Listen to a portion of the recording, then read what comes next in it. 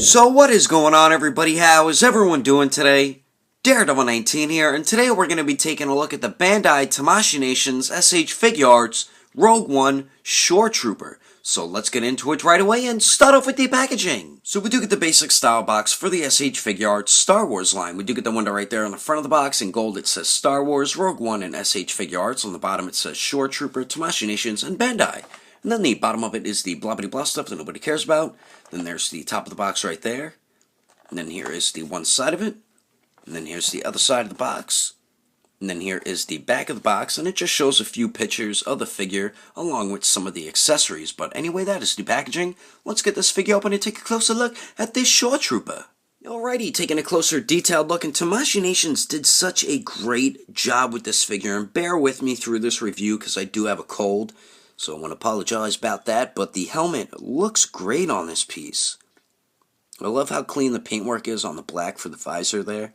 We get this piece right above it, and the red part, I believe that's an Imperial symbol or something like that. Not 100% sure on that. I love all the tiny sculpted paint and detail all throughout the helmet. Where you see black lines, they're all sculpted and painted, so I do like that. The tiny scope detail around the mouth looks cool. And just all the detail just continues around the back of the helmet. Like all these little lines, they're sculpted and painted, and even on the top as well. So great job just on the helmet there. And we do get this nice texture on the neck for the clothing underneath the armor. They're all sculpted lines, so I do like stuff like that. And then we do get the torso here. And I'm guessing he's a squad leader since he has so many colors all throughout his armor. The light blue, the yellow, and the red. I believe the regular Shore Troopers don't have as many colors like the blue and the red and stuff. I think they have maybe a little bit of blue, but mostly beige, the gray, and the brown for the pants.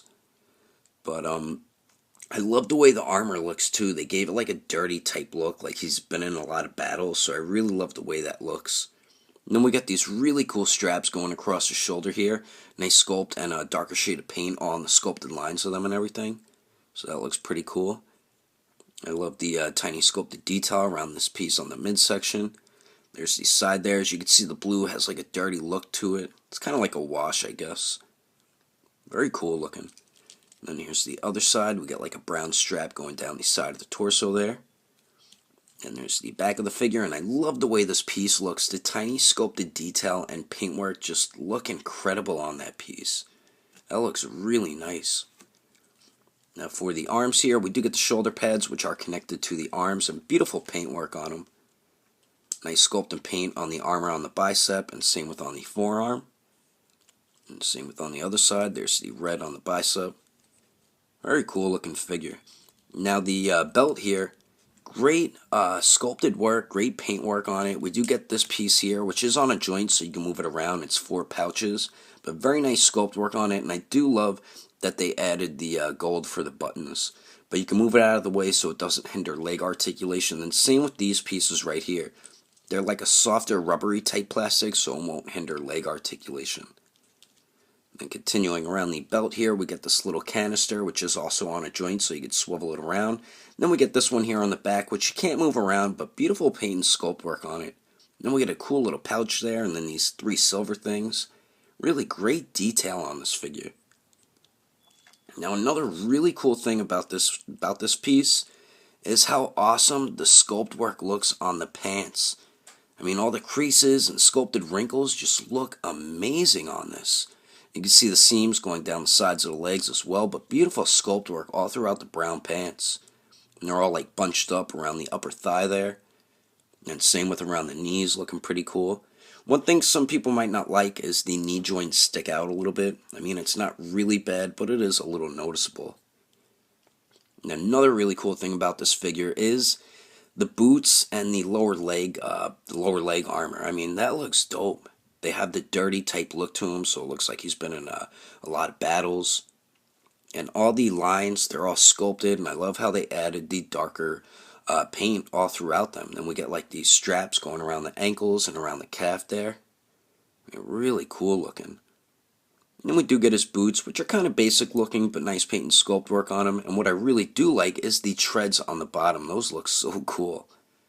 I mean, overall, I think Tamashii Nations really killed it with the detail on this Shore Trooper. They did a phenomenal job with it, and I'm extremely satisfied with the way it turned out. But anyway, let's continue on. Moving on to the accessories, we don't get a whole bunch with this figure, but we do get a few cool things. So we do get 6 interchangeable hands, and we get a pair of fists, of course, and the paint and sculpt look great on all 6 of them. My favorite part is the plate of armor on the top of the hands, and all 6 of them are extremely easy to interchange. So we do get a pair of those. We also get a pair of trigger finger hands, where his pointer finger is fully extended out and the thumbs are molded together to the fingers, but he does grip onto both of his weapons perfectly fine, so we do get a pair of those. And finally, we get a pair of these open/gripping hands, so you could use them either as open hands, or you could use them to grip onto the end of the larger blaster gun. So those are all the interchangeable hands, and then we also get the larger blaster gun, and this is definitely my favorite out of the two. I love all the tiny sculpted detail all throughout this. This thing looks awesome.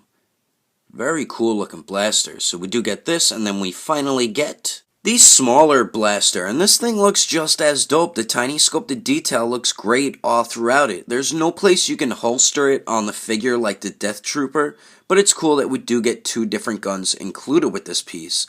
But anyway, that is all the accessories included with the Shore Trooper. Let's keep moving on with the rest of the review. Now for the height of the Shore Trooper, it looks like he stands a little bit under 6 inches tall. And then here he is compared to the SH Figuarts K2SO, the SH Figuarts Death Trooper, the SH Figuarts First Order Stormtrooper, and the SH Figuarts Captain Phasma. And then here he is compared to the SH Figuarts A New Hope Luke Skywalker, the SH Figuarts Return of the Jedi Luke Skywalker, the Mafex R2-D2, and the Mafex Crappy 3PO. And then here he is compared to the SH Figuarts Awakened Warrior Super Saiyan Goku and the Mezco 112 Collective Shadowland Daredevil.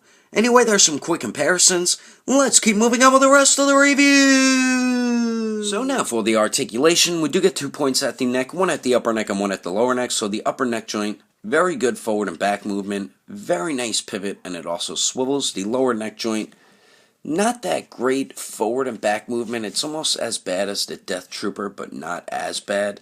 We do get some pivot, which is pretty good, and it also swivels, so we get some good movement at both those neck joints.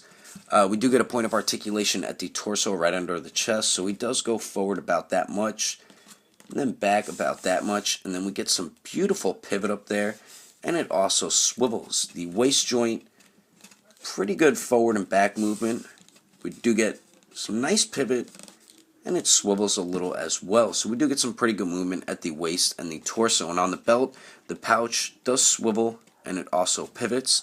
And then this canister also swivels as well. Now for the arms here, the shoulder pads are connected to the arm on a hinge, so they can hinge back and forth. And the shoulder pad is on a ball joint, so you can move it all around. Now for the shoulder here, we get an armpit joint. We do get a circular motion out of it, but the piece, this floating piece that hides the joint, gets in the way a lot. So I'm trying to show you how it moves around, but this piece keeps getting in the way. The shoulders do go out a lot more than 90 degrees, so that's good. They do go up and down. We do get the biceps swiveled, double jointed elbows that bend in a little more than 90 degrees, so that's good. We have a swivel at the forearm, and then we have a ball hinge at the wrist, so it does swivel and hinges back and forth. Very nice movement at the wrist. The legs, they do shift down just a little bit, and then he kicks forward about 90 degrees. Really doesn't go to the back at all. Then kicks out to the side, a little less than 90 degrees, and then it does swivel up there. We have a single bend at the knee that bends back pretty much all the way, so that's good. Now for the ankles, they do swivel. They get hindered a little bit by the armor around the ankle. They do hinge up just a tiny bit, and they don't hinge down at all, just like the Death Trooper. What is going on with that? So that does suck, but we get very nice pivot there, and some toe articulation. So overall, I am pretty satisfied with the movement. We do get some hindered spots of articulation, but not as bad as the Death Trooper. And I know you're going to get some nice poses with this figure, but Overall, I do like this figure a lot, and I think Tamashii Nations did a great job with it, so I definitely recommend it to any Star Wars fan. So that is my review of the SH Figuarts Rogue One Shore Trooper. Hope you enjoyed it. If you would like to know the price and where to buy this figure, you could head over to agelessgeeks.com. He just got this in stock. I will put more information in the description below. And if you would like to support the channel, don't forget to subscribe and don't forget to click on that bell icon. And if you liked it, give it a thumbs up. If you didn't like it, just give it a thumbs up anyway because action figures are awesome. But thanks for watching. I will see you later.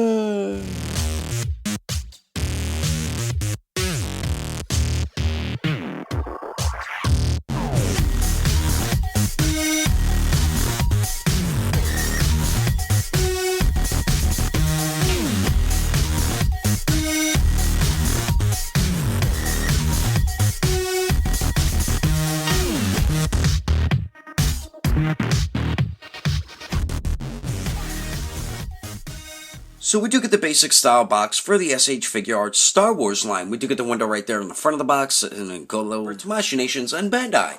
And then there's the bottom of it, blah blah blah, Tamashii Nations and Bandai. And then there's the bottom of it with the blah blah blah blah Tamashii Nations and Bandai. And then there's the bottom of it with the blah blah blah blah blah blah blah blah blah. Let's get this figure open and take a closer look at this Stormtrooper. Damn it, Shore Trooper. And then the back of the packaging shows a bunch of different poses you can get the figure into, along with some of his oh shit.